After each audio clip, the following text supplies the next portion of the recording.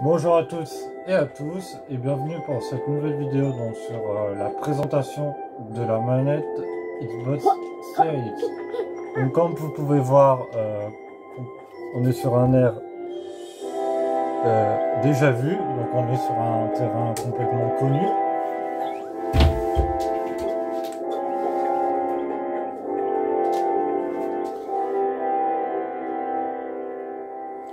Mais par contre, on est sur en ton noir, donc là c'est pour la Xbox Series, vous avez en blanc pour la Xbox Series et en bleu qui est acheté à 60 €.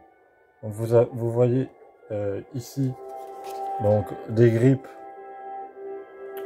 qui se ressentent pas forcément sur la manette. Vous avez ici les sticks asymétriques donc qui se ressentent très bien parce que ils sont juste à côté des boutons. Donc ça donne vraiment un bon confort en main, notamment les plus petites. Donc elle accroche mieux aux mains avec les grippes qu'il y a tout autour de la manette. La croix directionnelle a effectivement été remodelée, donc on a à peu près tout a été remodelé. On a ajouté un petit bouton share qui permet effectivement d'éviter de faire comme ça et de faire ça pour effectivement enregistrer une capture d'écran ou une vidéo. Donc ça c'est à votre guise. Sinon, à part le confort, effectivement, on n'a pas trop changé. Donc on a changé le design, on a juste rajouté des petits bandeurs arrondis. Mais par contre, j'ai envie de dire que effectivement le joystick tombe plus sur mes pouces et que les grips sont beaucoup plus accrocheurs que la manette Xbox One S que je n'ai plus actuellement. Et on a aussi une dernière amélioration qui naît au niveau des vibrations dans le dit HD. Puisqu'on a, quand je fais ceci, cela vibre énormément dans la manette. Donc ça me donne l'effet de faire la pulsion de moi-même, alors que c'est pas moi, c'est virtuel. Donc ça c'est vraiment un bon point. Après, donc moi j'y croyais pas hein, quand j'ai acheté la manette. Je me suis dit bon bah c'est une manette One, franchement ça change pas. C'est pas ouf, mais quand on la tient vraiment en main, on se dit mais on a vraiment une manette next-gen dans la main. Parce que notamment cet aspect vibration que quand je fais mes différents mouvements, on les ressent. Les grippes on les ressent pas forcément sur les gâchettes, moi on les ressent légèrement. Et c'est vraiment les grippes qui sont extérieures qui sont vraiment d'un bon confort, qui m'empêchent un peu, j'ai envie de dire, de lâcher la manette, qui me donne envie de la tenir toute ma vie, quoi. Parce que c'est vraiment un confort formidable.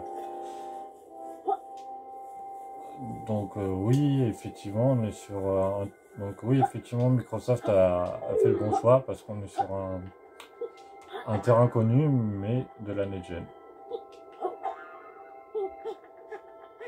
On sait de la next-gen, mais en terrain connu. Donc là, quand je fais ça, est-ce que ça vibre? Un petit peu quand même, hein. Légèrement, mais un petit peu. Je peux pas vous montrer malheureusement. Mais ça vibre, en fait, ça, pour tout vous dire, ça donne des petites impulsions quand je fais ça. Légèrement, c'est comme si je tirais moi-même en fait. Donc c'est très réaliste. Donc c'est un peu comme les Joy-Con Switch, sauf que les Joy-Con Switch c'est beaucoup moins réaliste et c'est plus petit. Là on est vraiment sur de la vibration intensive HD et c'est vraiment du haut de gamme quoi. Donc voilà, je crois qu'on a fait un peu le tour sur toutes les intensités de la manette. Par contre, j'ai oublié de vous dire qu'il y a un jeu. Effectivement, on n'a pas cette fameuse vibration, on n'en a vraiment pas du tout. Je sais pas pourquoi, c'est Forza Horizon 3. Mais sinon, tous les jeux que j'ai ici, je vais vous les montrer, utilisent cette vibration HD, à part celui-là. Mais tous les jeux, globalement, l'utilisent. Donc voilà, une petite manette améliorée en taille et en confort et en vibration, en terrain connu, donc avec le même design. Donc c'est osé, c'est comment, on change pas la complication et on se contente de la simplicité, et la preuve, ça marche. Vu la qualité du produit, ça marche, puisque je souhaite que cette manette soit la meilleure du marché en ce moment, après la manette Elite 2, qui a repris un peu les bases de cette manette là. Donc voilà, je vous dis à plus et à la prochaine pour une prochaine vidéo. Et n'oubliez pas notre vidéo qui va sortir en janvier sur le Xbox Game Pass. Donc sur tout le côté smart delivery.